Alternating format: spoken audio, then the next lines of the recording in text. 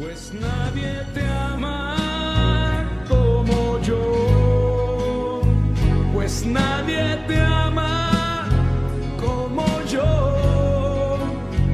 Mira la cruz, esa es mi más grande prueba. Nadie te ama como yo.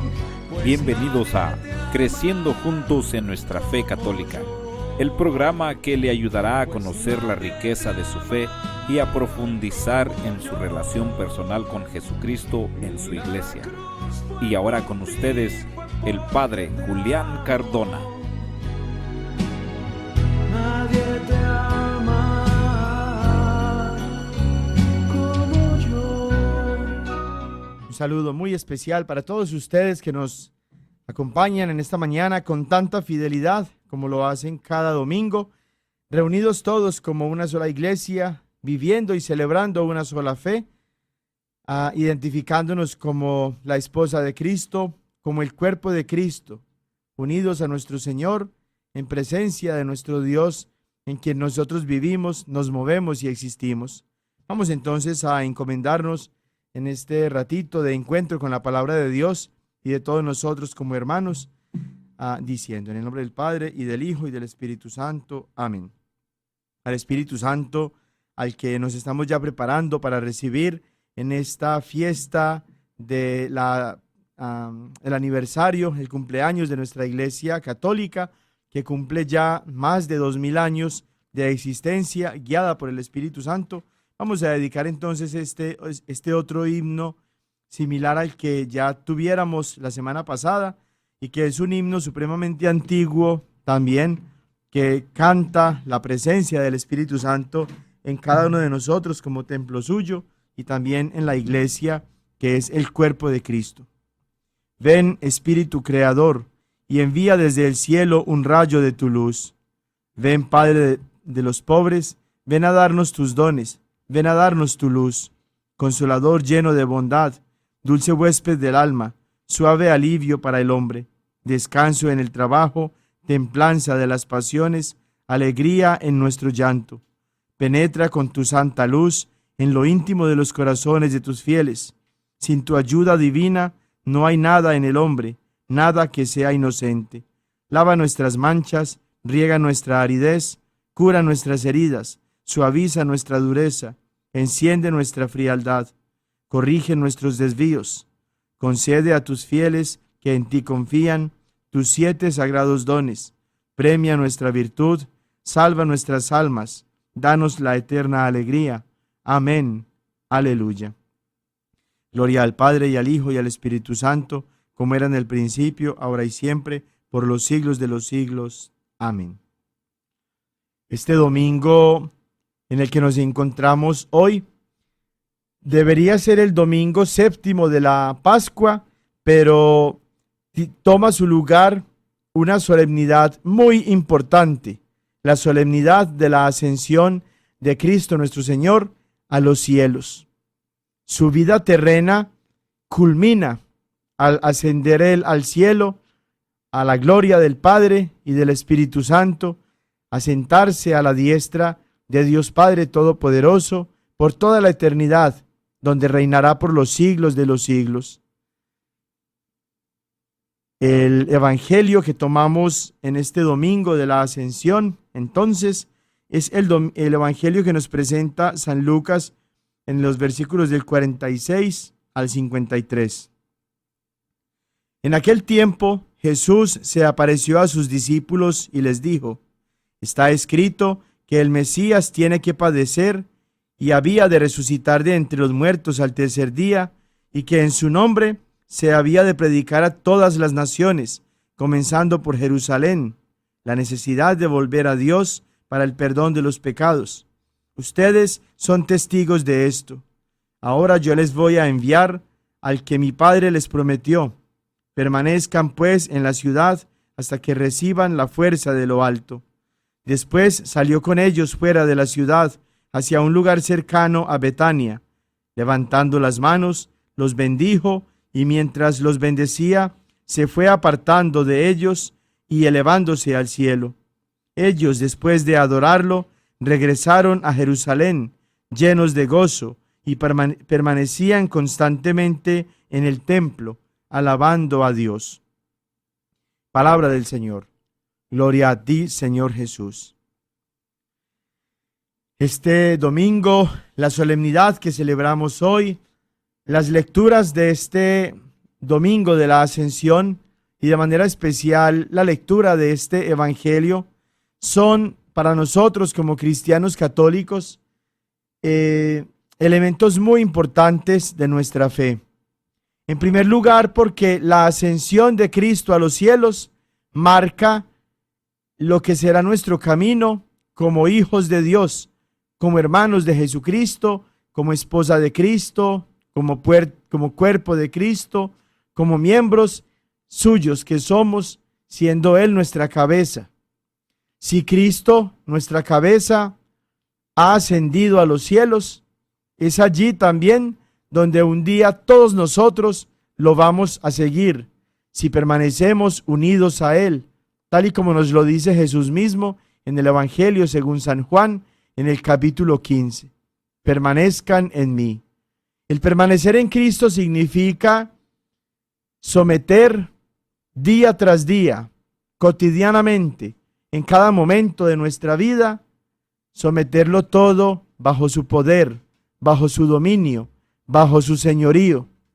Y esto es posible gracias a la fe, pero no una fe que nos salva automáticamente, como lo enseñan de manera falsa nuestros pobres hermanitos protestantes, que están muy confundidos cuando toman pasajes de las Sagradas Escrituras mal interpretados, guiados no por el Espíritu Santo, sino por el espíritu del engaño, el padre de toda mentira, que es Satanás, como nos lo recuerda Juan 8:44, sino una fe como la encontramos en las enseñanzas de Jesús, en la predicación de los apóstoles, en las Sagradas Escrituras en su totalidad, no solamente en pequeños pedacitos que se toman para distorsionar la verdad de Dios.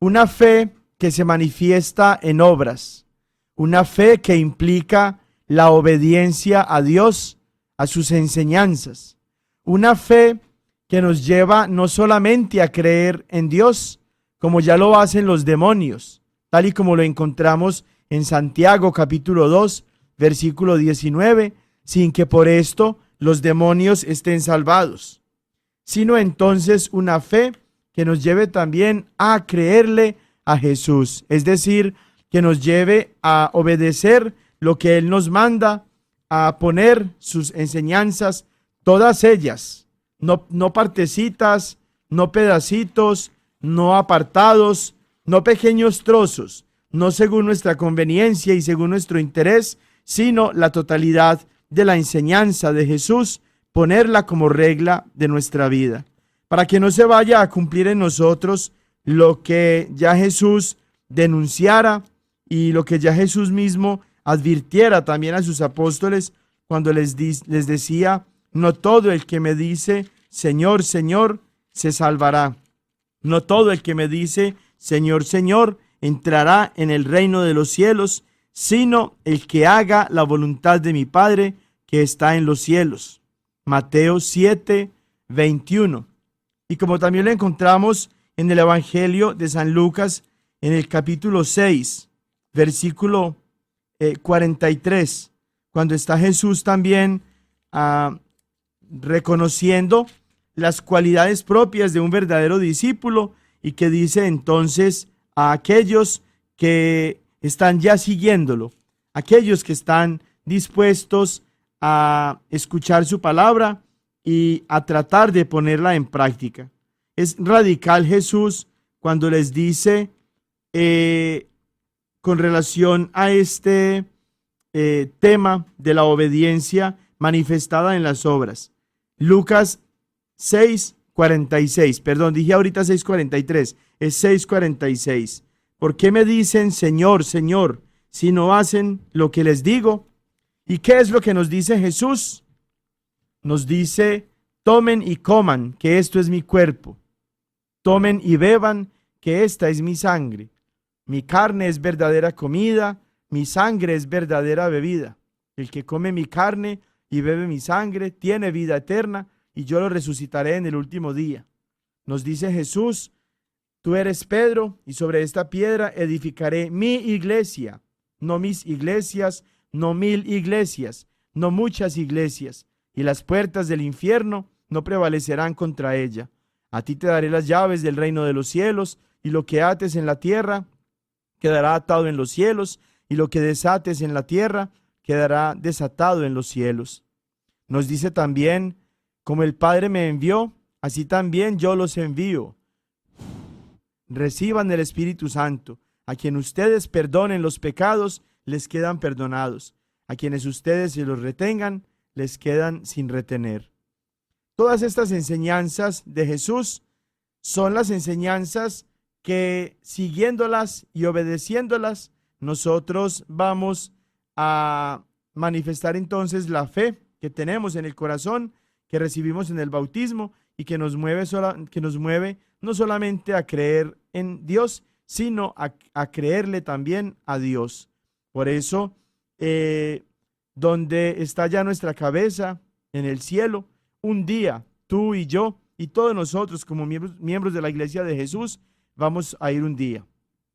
Mensaje también muy importante, el que nos ofrece la solemnidad de la Ascensión hoy, porque nos permite ver cuál es nuestra meta, cuál es nuestro lugar de ciudadanía, cuál es nuestro verdadero destino. Nos hace recordar que estamos en peregrinación por este mundo. Por mucho que nos guste la vida que estamos viviendo, por mucho que nos estemos apegando a las cosas de este mundo, por mucho que estemos trabajando incansablemente para ganar un tesoro aquí en la tierra, un día vamos a morir. No sabemos cuándo, no sabemos cómo, no sabemos dónde. Por eso tenemos que estar preparados y tenemos que estar construyéndonos un tesoro en el cielo, como nos decía el mismo Jesús, a través de las obras de fe, guiadas por el amor, inspiradas precisamente por el amor, tal y como Jesús nos lo dice por allá en Mateo capítulo 25, cuando nos habla de las obras de misericordia. Son obras que están inspiradas por la fe, pero que están mostradas con mucha efectividad y con mucha claridad en la misericordia, en la caridad, en el amor. Por eso, al reconocer que Cristo nuestro Señor ha ido para retornar a la gloria que dejó un día temporalmente, mientras que se encarnaba en el seno purísimo de la Santísima Virgen María, y convertirse entonces en Emmanuel, en Dios con nosotros, y para reinar ya por los siglos de los siglos, y de donde vendrá un día como juez universal de vivos y muertos, como lo profesamos nosotros todos los días, cuando asistimos a la Santa Misa, y de manera especial los domingos, cuando rezamos el credo como familia de Dios. Que tengamos clara nuestra meta, que tengamos puestos nuestros ojos, nuestro corazón, nuestra mente en el cielo, que es la promesa de Jesús para nosotros, que nos alcanzó Él ya con su muerte, con su resurrección, pero que requiere de cada uno de nosotros una respuesta personal y constante, porque nos dice Jesús también allá en Mateo capítulo 7, el que persevere hasta el fin se salvará. El que persevere hasta el fin se salvará. Gloria al Padre y al Hijo y al Espíritu Santo, como era en el principio, ahora y siempre, por los siglos de los siglos. Amén.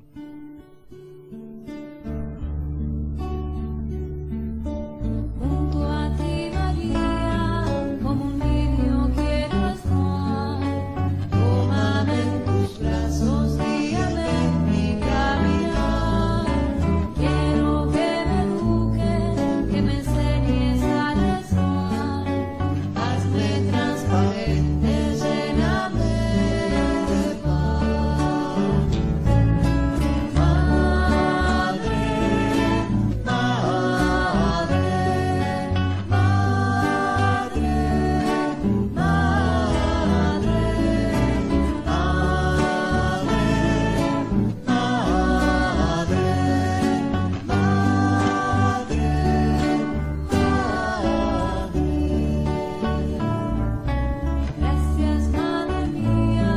por llevarnos a Jesús.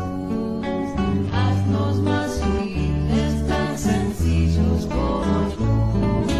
Gracias, Madre mía, por abrir tu corazón, porque nos congregas y nos das tu amor. Madre, madre, madre, madre,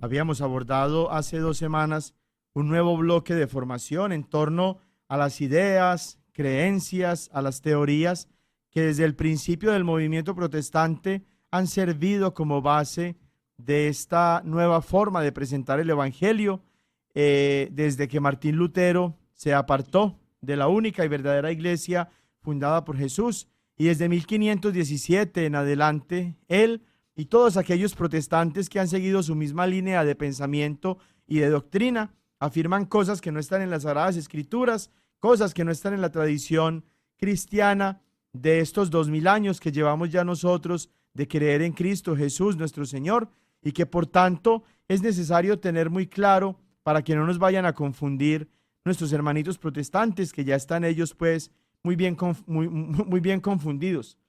Y la primera de esas teorías, ideas, creencias que ya la semana pasada empezábamos a abordar de una manera pues más concreta es la de la sola escritura, que significa entonces que solo a la Santa Biblia consideramos como fuente de la revelación de Dios, como fuente de la verdad que Dios nos ha transmitido, y que por tanto la Santa Biblia es, según ellos, la única autoridad en materia de fe, en materia de doctrina y de materia de moral para nosotros los cristianos, y para ellos pues que se creen también cristianos aunque no lo son, ¿cierto?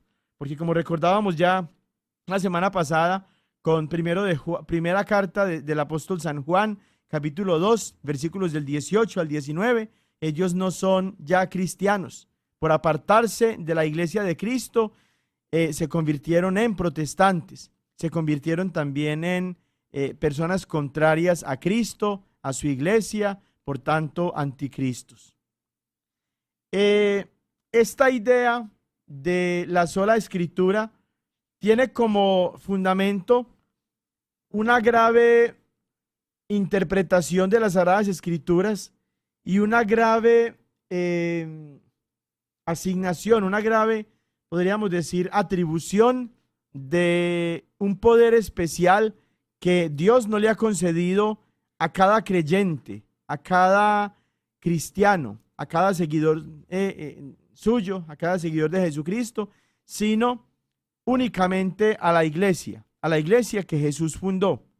Y vamos a ir desarrollando esta idea lentamente, pero en relación con la primera parte, que es la de la libre interpretación de las Sagradas Escrituras, ya nuestro primer Papa, San Pedro, en su segunda carta, en 2 ocasiones, decíamos, nos advertía y nos aclaraba que la interpretación privada, personal, libre de las Sagradas Escrituras no está permitida, y que quienes lo hacen no lo hacen movidos por el Espíritu Santo, sino que lo hacen es movidos por codicia, como ya lo encontrábamos en su segunda carta, en el capítulo 1, desde el versículo 20 hasta el capítulo 2, versículo 3, donde se nos dice entonces que quienes lo hacen son falsos maestros que introducen herejías perniciosas, que están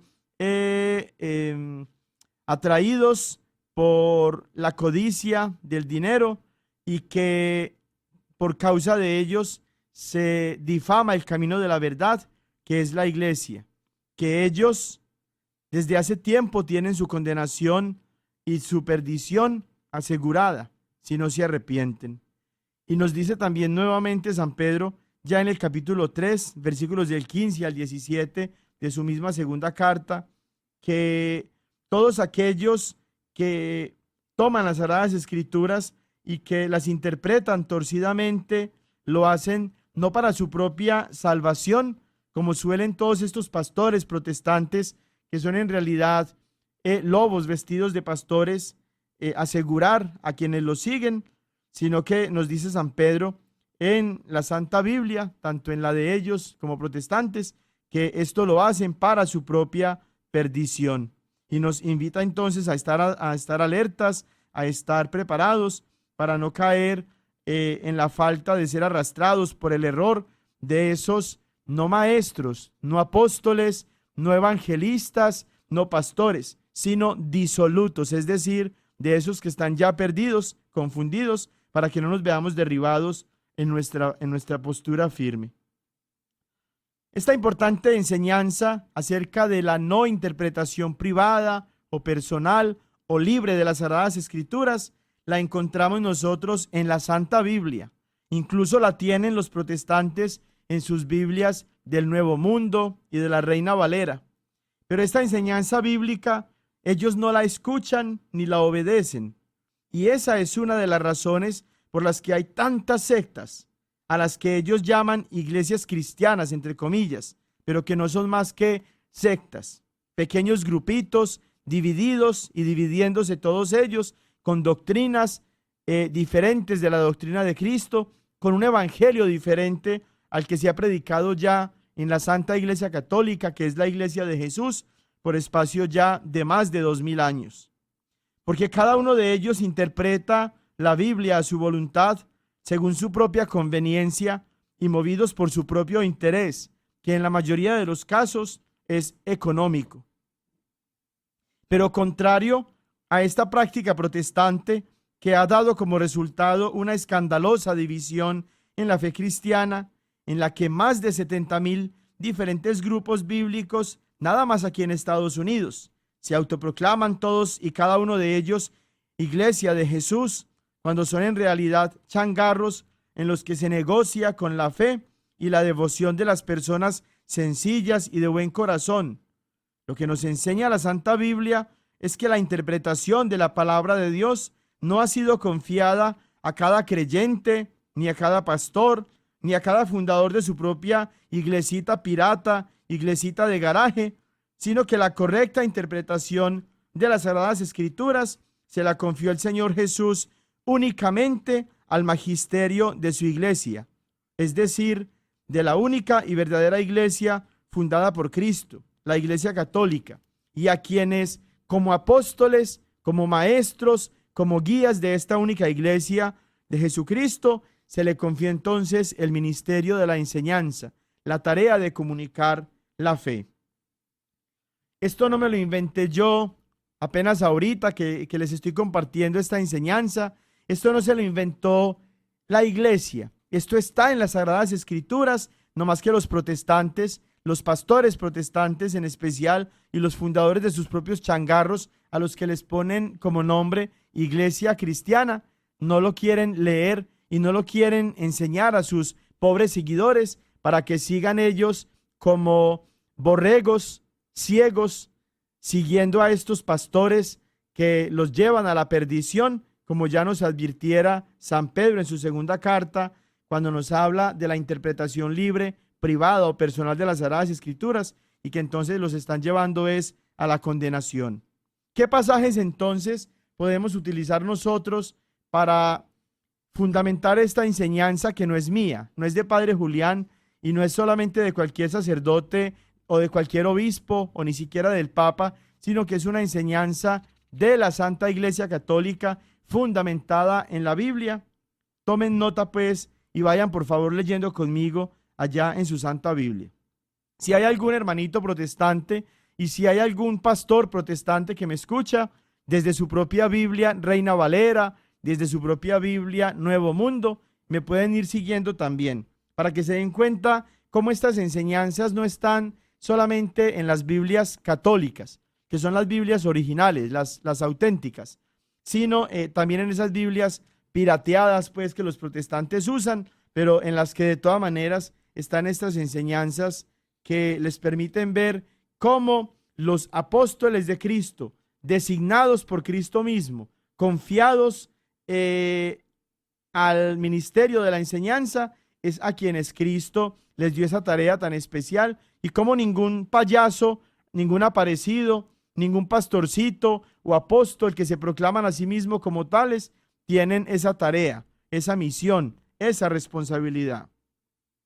Vamos a comenzar, por supuesto, con la primera y la más importante de las citas bíblicas que nos hablan de esta realidad de una única iglesia fundada por Jesús, creada por Jesús sobre el fundamento de los apóstoles y de manera especial sobre el fundamento de Pedro, a quien se le concedió, además del privilegio del primado, también el privilegio, el don, el regalo de la infalibilidad.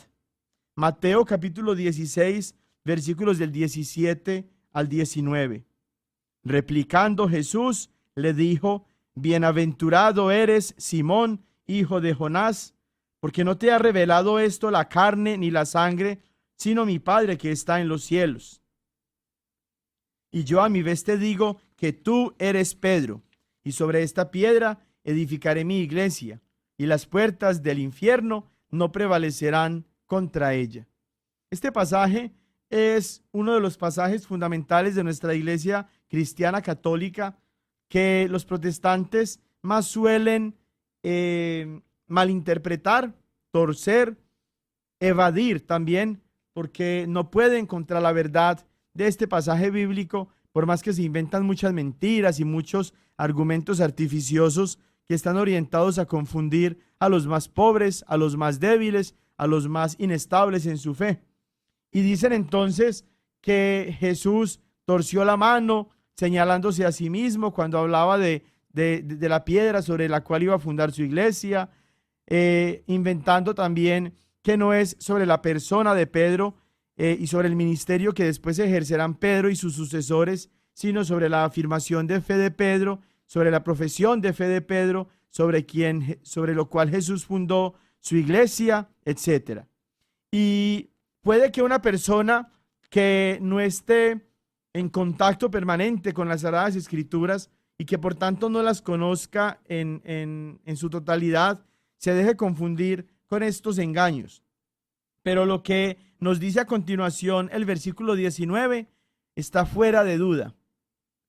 Nos habla con toda claridad este versículo 19 de que a lo que se refiere Jesús es a una persona, no a una profesión de fe, ni siquiera al mismo Jesús, sino a una persona diferente de sí mismo, a quien Jesús está confiándole la infalibilidad, es decir, la cualidad de ejercer su ministerio sin cometer errores en términos de fe, de doctrina y de moral, con lo cual este representante de Cristo en la tierra va a gobernar la iglesia, no suya, sino de Cristo, todos los días hasta el fin del mundo, y de tal manera que el infierno, por más odio que le tenga a esta iglesia de Jesús, representada y guiada por Pedro y sus sucesores, no pueda contra esta iglesia. A ti, no a mí. Jesús no está diciéndose: a mí me daré las llaves del reino de los cielos, o a la profesión de fe que tú acabas de decir, yo le voy a dar las llaves del reino de los cielos. No, a ti Pedro. Y ese a ti Pedro es continuación de el versículo 17, en el que Jesús está diciéndole al mismo Simón Pedro, a quien se llamaba antes Simón, como lo vemos en Juan 1:42, y que ahorita entonces ya no es Simón, sino Pedro, esto que le está diciendo Jesús: a ti Pedro, te daré las llaves del reino de los cielos, y lo que ates en la tierra quedará atado en los cielos, y lo que desates en la tierra quedará desatado en los cielos. Puede que generen confusión los hermanos protestantes que son seguidores del padre de la mentira, como nos dice Juan 8:44, para desvirtuar la palabra de Dios, para crear una cortina de humo que les sirva a ellos para seguir creando engaños y error en torno a la palabra de Dios, poniendo a la santa palabra de Dios a decir cosas que la palabra de Dios nunca ha dicho y que el Espíritu Santo nunca ha inspirado, y que en esta primera parte de este pasaje, en los versículos del 17 al 18, generan entonces ellos toda esa confusión. Pero el versículo 19 es infinitamente claro, supremamente claro, perfectamente claro. A ti, Pedro, te daré las llaves del reino de los cielos, y lo que ates en la tierra quedará atado en los cielos, y lo que desates en la tierra quedará desatado en los cielos. Esto no se lo dijo Cristo ni a sí mismo, como lo afirman los protestantes, ni lo dijo acerca de la profesión de fe de Pedro, lo dijo de Pedro y a Pedro. Y no se lo dijo tampoco a todos los apóstoles, como lo afirman después mentirosamente todos estos creadores de sus propios changarros, en los que son mercaderes de la fe, todos estos pastores que desde las mentiras que se inventan, que les inspira su papá, que es el demonio, confunden a los que están débiles en la fe. Aquí claramente San Mateo nos está diciendo que ese privilegio de atar y de desatar, y con la autoridad que le sirve entonces a Pedro y a sus sucesores para que esto que deciden, declaran, establecen ellos como representantes de Cristo en la tierra, queda atado y desatado en los cielos, solamente se lo dio a Pedro y a sus sucesores. Algo similar, pero no con la misma autoridad, podríamos decir, lo encontramos también en Mateo 28, versículos del 18 al 20. Jesús se acercó a ellos y les habló así: me ha sido dado todo poder en el cielo y en la tierra. Id pues y haced discípulos a todas las gentes, bautizándolas en el nombre del Padre y del Hijo y del Espíritu Santo, y enseñándoles a guardar todo lo que yo les he mandado. Y he aquí que yo estoy con vosotros todos los días hasta el fin del mundo. Aquí Jesús está hablándole entonces no ya solamente a Pedro, sino también a los otros 10 apóstoles que para ese momento estaban con Jesús. Ya Judas Iscariote había traicionado a Cristo y se había suicidado. Quedaban solamente los 11, y es a los 11 a los que Jesús les está diciendo esta afirmación tan importante: me ha sido dado todo poder en el cielo y en la tierra. Es decir, Jesús como todopoderoso, porque recibió todo el poder, o sea que Él es también como el Padre omnipotente, está comunicándoles ese mismo poder a sus apóstoles. Y les dice entonces que vayan y hagan discípulos a todas las gentes. Y es aquí entonces donde aparece claramente la catolicidad de nuestra iglesia. ¿Dónde aparece en la Biblia la iglesia católica? ¿Dónde aparece en la Biblia que la iglesia es católica? Aquí aparece. Mateo capítulo 28, versículos del 18 al 20. Id y haced discípulos a todas las gentes, a todas las naciones, a todos los pueblos, bautizándolas no en el nombre del Señor Jesús, como hacen algunas sectas que están supremamente perdidos y confundidos, sino en el nombre del Padre y del Hijo y del Espíritu Santo, es decir, el bautismo trinitario, en el nombre del Padre, en el nombre del Hijo y en el nombre del Espíritu Santo, y enseñándoles a guardar todo lo que yo les he mandado. Los apóstoles, son los que han recibido de Cristo la misión de enseñar. Esa misión de enseñar es a lo que se le conoce como el magisterio de la iglesia. Los apóstoles son los que enseñan. No enseña cualquier payaso, no enseña cualquier avivato por ahí que antes se dedicaba a cualquier otra cosa y que después nomás se aprendió unos pocos versículos de la Biblia, se puso una Biblia bajo el brazo y se fue a predicar en el nombre de Jehová, aleluya, gloria al Señor.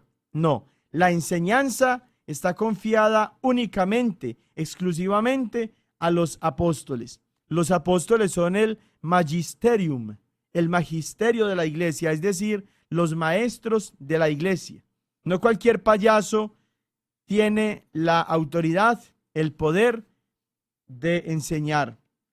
Son los apóstoles quienes recibieron de Cristo la misión de enseñar a los nuevos discípulos a guardar todo lo que Él les ha mandado. Todo, no partecitas como lo hacen todos estos pastores protestantes mentirosos para poder beneficiarse del diezmo, las primicias, las colectas, los pactos, las alianzas, etc. Y dice Jesús sobre esta iglesia representada por los 11 apóstoles que estaban en ese momento, a quienes después a través de la sucesión apostólica el Espíritu Santo mismo va a continuar perpetuando en la iglesia a través del ministerio de los obispos, de los sacerdotes y de los diáconos. He aquí que yo estoy con vosotros todos los días hasta el fin del mundo. Así le duela a todos los pastorcitos protestantes mentirosos, fundadores de sus propios changarritos, Cristo en su iglesia, en la única y verdadera iglesia que Él fundó, va a estar todos los días hasta el fin del mundo. Así aparezcan muchos enemigos de la fe, enemigos de la iglesia, difamen el camino de la verdad, como ya nos decía San Pedro. Lo siento, I'm sorry, pero Cristo va a estar con nosotros todos los días hasta el fin del mundo. Lo encontramos también en Lucas capítulo 10, versículo 16. Está diciéndole Jesús a sus apóstoles y a los otros discípulos que envió, a 72 discípulos que designó Él mismo y los envió Él mismo. No se designaron solos y no se mandaron ellos mismos solitos. No, Jesús los designó, Jesús los mandó, como nos lo dice el versículo 1. Después de esto, designó el Señor a otros 72 y los envió de dos en dos delante de sí a todas las ciudades y sitios a donde Él había de ir. Miren que es Jesús mismo, así como hizo con los 12 apóstoles, así también hace ahora con estos 72 discípulos, a quienes Él mismo designa y Él mismo envía. ¿Qué tienen de diferente estos 72 discípulos y los 12 apóstoles con cada uno de estos mentirosos protestantes que aparecen como pastores, como evangelistas, como profetas, como superapóstoles, como maestros de sus propias iglesias? Que ellos mismos se autonombran, ellos mismos se declaran maestros, profetas, pastores, apóstoles, superapóstoles, superintendentes, intendentes. Nadie los mandó, ellos mismos. Nadie les dio autoridad, nomás el demonio, que les dio la autoridad para que engañen y para que enseñen un evangelio diferente al que Cristo predicó, al que le confió a sus apóstoles.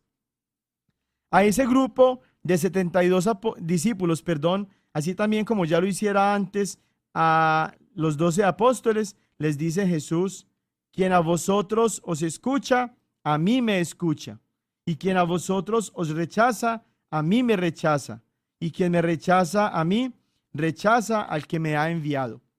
Esto que está diciendo Jesús, los hermanos protestantes dicen, sobre todo los pastores, que lo está diciendo Jesús también con respecto a ellos, porque ellos se dicen cristianos, porque ellos se dicen pastores, porque ellos se dicen ministros de la palabra de Dios, nomás porque se ponen una Biblia bajo el brazo y porque salen a leer pedacitos de la Biblia y a difamar el camino de la verdad, como nos dice San Pedro. Pero no, Jesús lo está diciendo solamente de aquellos y a aquellos a quienes Él mismo designó y a quienes Él mismo envió. Yo te invito, hermanito protestante que me escuchas, a que le preguntes a tu pastor o al evangelista o al profeta o al apóstol de tu secta, a él quién lo mandó, quién lo nombró, quién le impuso las manos, quién le dio el poder, quién lo llamó. Y te vas a dar cuenta que nadie. Ellos mismos, para poder beneficiarse de los diezmos y de todas estas otras cosas que decíamos, es que se autoproclaman con estos títulos que falsamente los hace tomar una Biblia y salir ya entonces a evangelizar. Mateo 18:18 nos dice lo siguiente: yo os aseguro, todo lo que atéis en la tierra quedará atado en el cielo, y todo lo que desatéis en la tierra quedará desatado en el cielo. Aquí lo está diciendo Jesús también, no ya a San Pedro, sino al resto de los apóstoles, comunicándoles parte de la autoridad que ya le había dado a Pedro solito y en primer lugar. Ese primer lugar que decimos, que mencionamos, es a lo que se le conoce en la iglesia como el primado de San Pedro o el primado del Papa. También los obispos, que son sucesores legítimos de los apóstoles, tienen esa autoridad.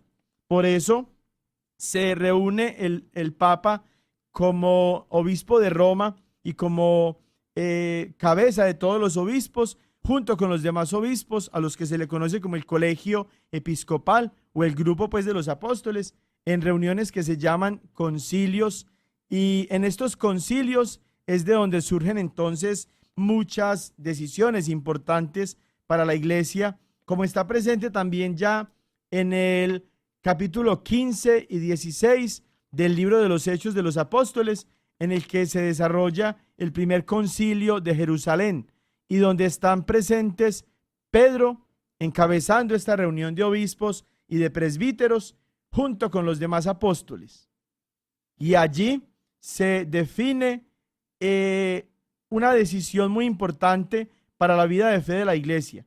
Vamos a meditar más adelantito en ese pasaje de Hechos de los Apóstoles capítulo 15 y capítulo 16, pero los invito a ustedes, si quieren, para que vayan adelantándose y mediten ustedes mismos en torno a esta verdad tan hermosa de nuestra iglesia católica, en la que Pedro aparece siempre primero que los demás apóstoles, pero no aparece solo, aparece siempre con los demás apóstoles, razón por la cual la iglesia nuestra, la iglesia de Jesús, la iglesia católica, la única y verdadera iglesia, es también apostólica.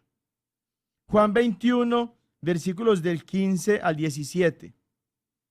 Esto ocurre después de la resurrección. Después de haber comido, dice Jesús a Simón Pedro, ojo, a Simón Pedro. Otra vez, ojo, a Simón Pedro. Simón de Juan, ¿me amas más que estos? ¿Quiénes son estos? Los otros 10 apóstoles que en ese momentito están sentados comiendo con Jesús allá al lado del lago Tiberíades. Le dice Simón Pedro, sí, Señor, tú sabes que te quiero. Le dice Jesús, apacienta mis corderos. ¿A quién se lo está diciendo? A Simón Pedro. No se lo está diciendo a los otros 10, ni a un superapóstol que apareció por ahí nombrándose él mismo, ni a un pastor, ni a un profeta, ni a un evangelista, al que nadie llamó, al que nadie designó, al que nadie mandó, al que nadie impuso las manos, sino a Simón Pedro, al que le había dicho allá en Mateo capítulo 16, versículos del 16 al 19, tú eres Pedro, sobre esta piedra edificaré mi iglesia, y los poderes del infierno no prevalecerán contra ella, a ti te daré las llaves del reino de los cielos, etcétera, etcétera. Vuelve a decirle por segunda vez, Simón de Juan, ¿me amas? Le dice él, sí, Señor, tú sabes que te quiero. Le dice Jesús, apacienta mis ovejas. Le dice por tercera vez, Simón de Juan, ¿me quieres? Se entristeció Pedro de que le preguntase por tercera vez, ¿me quieres? Y le dijo, Señor, tú lo sabes todo, tú sabes que te quiero. Le dice Jesús, apacienta mis ovejas. Pedro recibe una misión especial de Jesús. Lo vemos en primer lugar en Mateo 16, versículos del 16 al 19. Lo vemos también ahorita en este pasaje que acabamos de leer, Juan capítulo 21, versículos del 15 al 17, cuando se le da a Simón Pedro la tarea de apacentar, es decir, de guiar, de conducir, de cuidar el rebaño de Cristo. Este rebaño de ovejas que está apacentando Pedro, que está cuidando Pedro, que está guiando Pedro, no son las ovejas de Pedro, no es el rebaño de Pedro, pero Cristo, que es el buen pastor, está estableciendo un buen pastor que lo represente a él, y ese buen pastor únicamente es Pedro. Los sucesores de Pedro siguen entonces esa misión, siguen entonces esa tarea. Por eso la única iglesia de Cristo, la única iglesia verdadera, es aquella en la que el sucesor legítimo de San Pedro está todavía guiando, apacentando, cuidando la iglesia de Cristo, el rebaño de Cristo. Y si no les queda claro todavía, Vamos a leer Lucas capítulo 22, versículos del 31 al 32, donde Jesús está orando no por todos los apóstoles, solo por Pedro. Miren qué pasaje tan hermoso que no les gusta a los protestantes, por razones obvias. Simón, Simón, mira que Satanás ha solicitado el poder cribaros como trigo. Jesús está refiriéndose solamente a Pedro y le está diciendo, mira que Satanás quiere sacudirlos, quiere tribarlos a todos ustedes, a los apóstoles, como se hace con el trigo. Pero miren lo que sigue acá a continuación. Pero yo he rogado por ti. Yo he rogado por ti. Jesús está diciéndole a Pedro que Jesús mismo, Dios con nosotros, el Emmanuel, está rogando por Pedro, no por todos los apóstoles que van a ser sacudidos, zarandeados, cribados como se hace con el trigo, sino solamente rogando por Pedro. Yo he rogado por ti para que tu fe no desfallezca. Y tú, cuando hayas vuelto, confirma a tus hermanos. ¡Ah! Qué hermoso se siente ser católico, ¿no?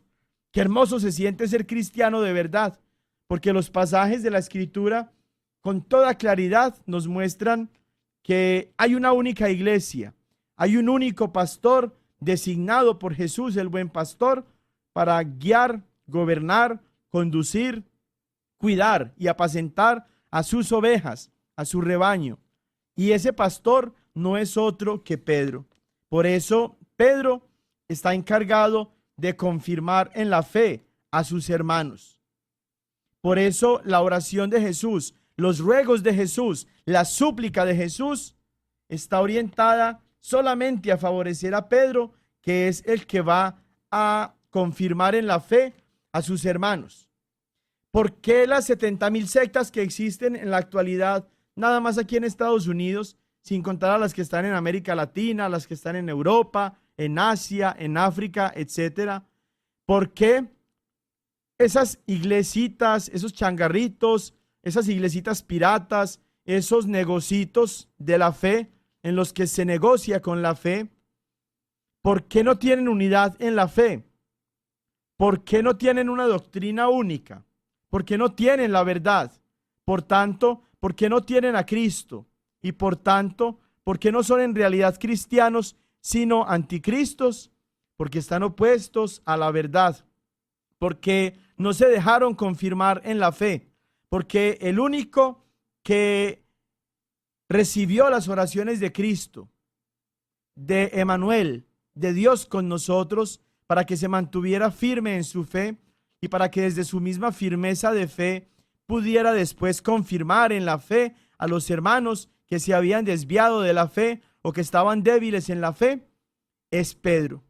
Pedro y sus sucesores. Pedro y sus sucesores. Donde no está Pedro, hay hermanos y hermanas que sí tienen una fe, pero no es una fe confirmada, es decir, es una fe torcida, es una fe manipulada, es una fe engañada, es una fe pirata, es una fe que no es real, es una fe que no tiene la verdad de Dios, y la verdad de Dios es Cristo, y por tanto todas estas sectas no tienen a Cristo, no tienen la verdad, tienen la mentira, y el demonio es la mentira, es el padre de la mentira. Todas las sectas entonces, así se digan cristianos, predican la mentira, no predican la verdad, no predican a Cristo, predican la mentira, predican el error, predican el engaño, predican la confusión, no predican a Cristo. No se dejaron confirmar por aquel que recibió el beneficio maravilloso e incomparable de contar con las oraciones de Dios con nosotros.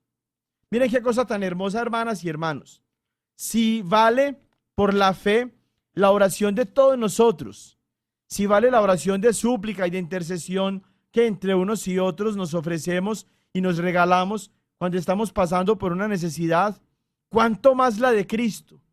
Si, como nos dice Santiago, capítulo 5, versículo 16, la oración del justo tiene mucho poder, ¿cuánto más no tendrá poder la oración de Cristo, que es el único y verdadero justo, el único y verdadero bueno, el único y verdadero santo, el único y verdadero Dios, que le está orando al Padre de los cielos y al Espíritu Santo para que Pedro confirme en la fe a sus hermanos. Qué cosa tan hermosa, ¿no? Cristo mismo ha rogado por Pedro. Cristo mismo ha rogado por aquel a quien estableció como pastor de su rebaño, de sus corderos, de sus ovejas. Hermosísimo. Estamos nosotros en la iglesia de aquel hombre por quien Jesús mismo rogó, por quien Jesús mismo pidió, por quien Jesús mismo suplicó. Por eso nosotros como cristianos católicos tenemos una fe confirmada, porque nosotros estamos siendo confirmados en la fe por aquel a quien las oraciones, las súplicas, los ruegos de Cristo sostuvieron para que se mantuviera fiel y para que después de estar fiel confirmara en la fe a sus hermanos. Este pasaje, hermanas y hermanos, casi no le gusta a los protestantes. Claro, pues ahí los deja a ellos como mentirosos, como payasos, como sinvergüenzas, como engañadores, como manipuladores, no como pastores, evangelistas, profetas, maestros, apóstoles, intendentes, etc. Este pasaje revela la verdad de una única iglesia guiada por un único pastor que ha sido elegido, enviado por el único buen pastor que es Cristo, y que por tanto Cristo mismo, Dios con nosotros, la segunda persona de la Santísima Trinidad, la verdad de Dios, rogó para que se mantuviera firme y para que confirmara en la fe a nosotros todos que somos sus hermanos.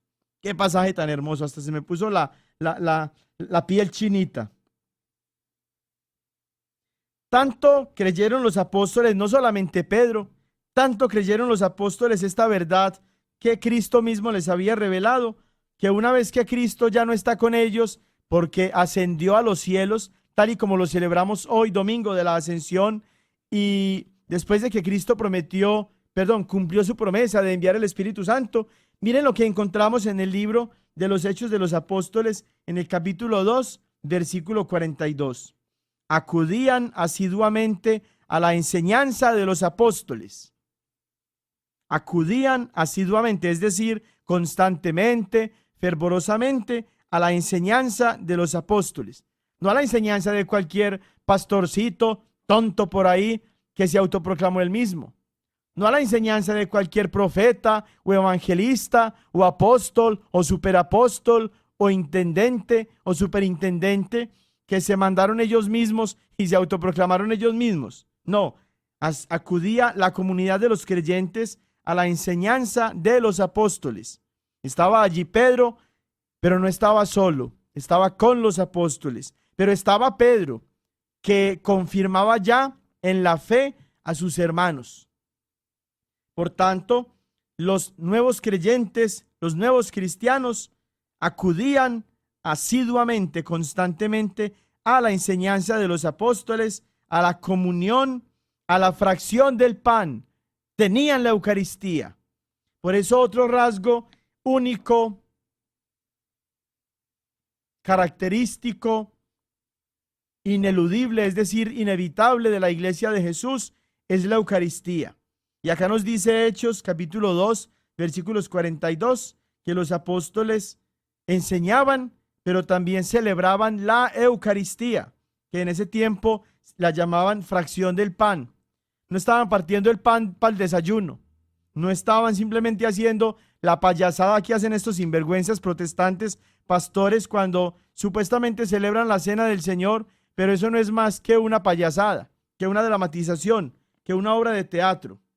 No, los apóstoles que recibieron de Cristo la orden, que fueron ordenados, como lo encontramos en Lucas capítulo 22, versículo 19, tenían la facultad, el poder sacerdotal de Cristo, único y eterno sacerdote, para celebrar, como Él lo hizo con ellos, la última cena en memoria suya.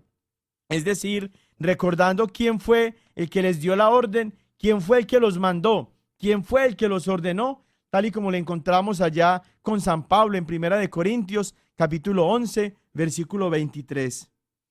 Estos apóstoles entonces, guiados por Pedro, que es el que los confirma en la fe, enseñaban asiduamente y también generaban la comunión en esta comunidad cristiana primitiva que no era ni protestante, que no era ni al estilo de los protestantes pentecostal o evangélica, como dice el padre Luis Toro, que no era tampoco adventista o de los testigos de Jehová, testigos de nadie.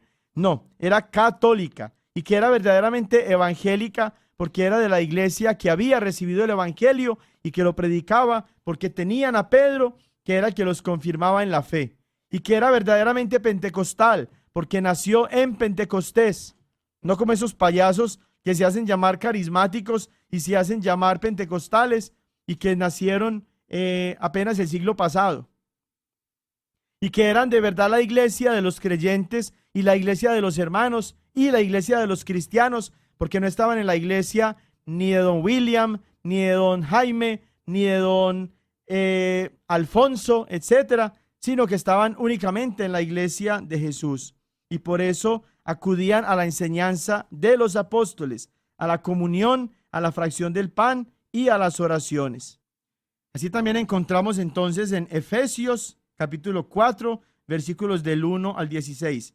Vale la pena mencionar que esta carta a los Efesios que escribió San Pablo es una carta a la que se le conoce como carta eclesial. Por entero, San Pablo está desarrollando toda la teología de la iglesia, no de cualquier iglesia, de la iglesia de Cristo, de la iglesia que es una, santa, católica y apostólica. Os exhorto pues yo, preso por el Señor, a que viváis de una manera digna de la vocación con que habéis sido llamados, con toda humildad, mansedumbre y paciencia, soportándoos unos a otros por amor, poniendo empeño en conservar la unidad del Espíritu con el vínculo de la paz. Está hablando San Pablo de la unidad, y no se puede hablar de unidad en medio de 70,000 sectas protestantes, cada una jalándose la cobija de un lado para el otro y enseñando puras mentiras y puros errores. San Pablo invita a vivir la unidad del Espíritu con el vínculo de la paz. Y esa unidad del Espíritu con el vínculo de la paz solamente es posible en una sola iglesia, tal y como Cristo la fundó. Un solo cuerpo y un solo espíritu. ¿Quién es ese cuerpo? Nos lo va a decir Colosenses 1:18, cuando nos dice que Cristo es la cabeza del cuerpo, que es la iglesia. Un solo cuerpo y un solo espíritu. Y hay una distinción allí muy clara entre la iglesia visible, que es el cuerpo, y el Espíritu Santo, que es invisible. Porque dicen esos pastores mentirosos que la iglesia no es visible y que por tanto ellos hacen parte de la iglesia. Como una es la esperanza a que habéis sido llamados. Un solo Señor, una sola fe, un solo bautismo, un solo Dios y Padre de todos, que está sobre todos, por todos y en todos. La unidad. Cada una de las partes de este pasaje tan hermoso nos habla entonces de la unidad. A cada uno de nosotros le ha sido concedido el favor divino a la medida de los dones de Dios. Por eso dice, subiendo a la altura, llevó cautivos y dio dones a los hombres. ¿Qué quiere decir subió? Sino que también bajó a las regiones inferiores de la tierra. Este que bajó es el mismo que subió por encima de todos los cielos para llenarlo todo. El mismo dio a unos el ser apóstoles, a otros profetas, a otros evangelizadores, a otros pastores y maestros, para el recto ordenamiento de los santos, en orden a las funciones del ministerio, para la edificación del cuerpo de Cristo, hasta que lleguemos todos a la unidad de la fe y del conocimiento pleno del Hijo de Dios, al estado de hombre perfecto, a la madurez de la plenitud de Cristo, para que no seamos ya niños llevados a la deriva y zarandeados por cualquier viento de doctrina, a merced de la malicia humana y de la astucia que conduce engañosamente al error. Antes bien, siendo sinceros en el amor, crezcamos en todo hasta aquel que es la cabeza, Cristo, de quien todo el cuerpo recibe trabazón y cohesión por medio de toda clase de junturas que llevan la nutrición según la actividad propia de cada una de las partes, realizando así el crecimiento del cuerpo para su edificación en el amor. La otra semana, si Dios quiere, cuando continuemos con este tema, vamos a desarrollar una reflexión a profundidad de este hermoso pasaje. Por lo pronto los invito a que sigan conectados con nosotros, a que sigan celebrando la fe en Cristo nuestro Señor, en esta, su única iglesia, la Iglesia Católica. Que los bendiga Dios Todopoderoso, Padre, Hijo y Espíritu Santo, hoy y siempre. Amén. Ven con nosotros al caminar, Santa María, ven.